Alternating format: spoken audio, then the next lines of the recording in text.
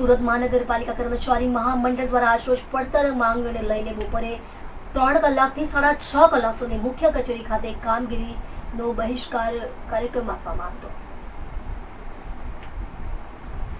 સુરત મહાનગરપાલિકા કર્મચારી મહામંડળ દ્વારા આજરોજ પડતર માંગને લઈને બપોરે 3 કલાકથી 6.5 કલાક સુધી મુખ્ય કચેરી ખાતે કામગીરી બહિષ્કારનો કાર્યક્રમ આપવામાં આવ્યો.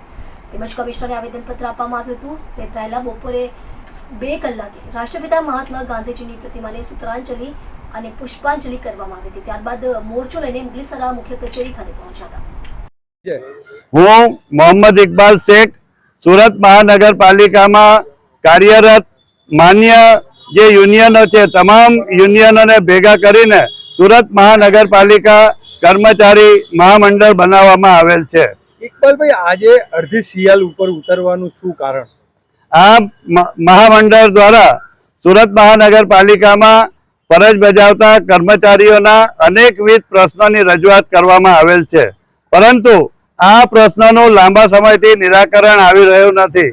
અને ખાસ કરીને અત્યારે મધ્યસ્થ મહેકમ વિભાગના વડા ડેપ્યુટી કમિશનર શ્રી આર.બી. ભોગાયતા દ્વારા એવું કહેવામાં આવે છે વારંવાર કે ગુજરાત સરકારના પરિપત્રોનો અમલ કરવામાં આવશે, એના ઠરાવ મુજબ જ કાર્યવાહી થશે. જ્યારે સુરત મહાનગરપાલિકા એક સ્વાયત્ત સંસ્થા છે અને સુરત મહાનગરપાલિકાની સ્થાયી સમિતિ અને સામાન્ય સભા દ્વારા કરવામાં આવેલ તમામ ઠરાવોનો સુરત મહાનગરપાલિકાએ અમલ કરવાનો છે. છતાં રહેમરાહે નોકરી આપવાનો એક પ્રશ્ન છે. એમાં પણ 39 જે કર્મચારીઓ છે એમનું અવસાન થયું છે, એમના આશ્રિતોને આજે નોકરી આપવામાં આવી રહી નથી. જે સફાઈ કામદાર ભાઈ બહેનો 20 વર્ષની નોકરી બાદ પોતાનું રાજીનામું મૂકે તો એના એક આશ્રિતને નોકરી આપવાની છે. તે જ રીતે સુરત મહાનગરપાલિકામાં અનેક જગ્યાઓ આરોગ્ય, વહીવટી અને ટેકનિકલ વિભાગમાં ખાલી છે, છતાં એ ખાલી જગ્યાઓ પર ભરતી આપવામાં આવતી નથી કે ખાલી જગ્યાઓ ભરવામાં પણ આવતી નથી. આ ઉપરાંત પણ અમારા ઘણા બધા પ્રશ્નો છે. એ પ્રશ્નોની રજૂઆત વારંવાર કરવામાં આવી છે.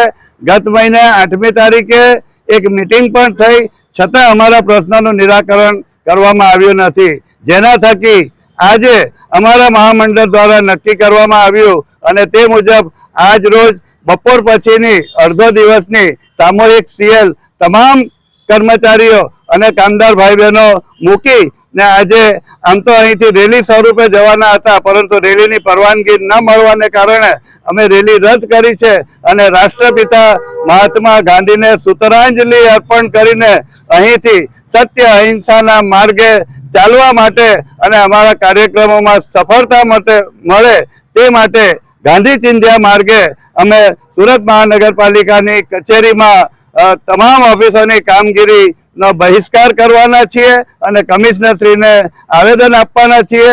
અને અમે આવેદનપત્રમાં અમારી તમામ માંગણીઓ મૂકી છે અને કહ્યું છે અમે કે 7 દિવસમાં અમારી આ તમામ માંગણીઓનું નિરાકરણ કરવામાં આવે અને જો એ ન થશે તો એના પછીના કાર્યક્રમો પણ અમે વિચારી લીધા છે. આના પછી અમે ધરણાનો કાર્યક્રમ પણ આપવાના છીએ અને ત્યારબાદ પણ જો કામગીરી ન થશે તો છેવટે અમારે હડતાલ સુધીના પગલાં ભરવાની ફરજ પડશે, એવું અમે સ્પષ્ટપણે આજ રોજ કમિશનરશ્રીને જણાવી રહ્યા છીએ.